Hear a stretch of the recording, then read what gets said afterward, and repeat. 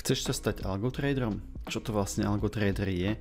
Predstav si, že spustíš program a ten za teba obchoduje na finančných trhoch. Znie to lákavo, no je za tým viac práce, ako si myslíš.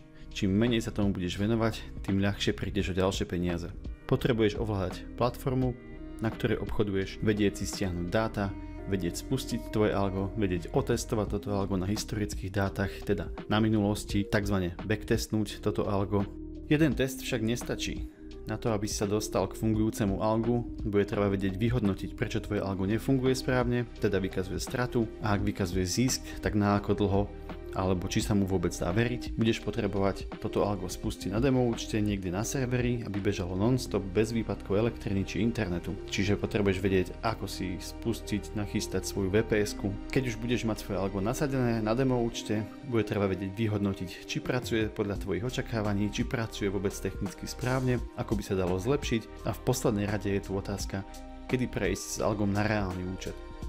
Ak tieto kroky zvládneš, tak môžeš o sebe povedať, že si algotrader. Táto cesta však nie je pozlatená, tak ako o nej rozprávajú mnohí na sociálnych sieťach. No ak chceš reálne uspieť, priprav sa na pokusy a omyly, pády na držku a veľkú trpezlivosť. Potom môžeš byť bližšie k ziskom. Odo mňa sa dozvieš iba krutú pravdu, objektívne názory a skúsenosti, ktoré naberám už 6. rok.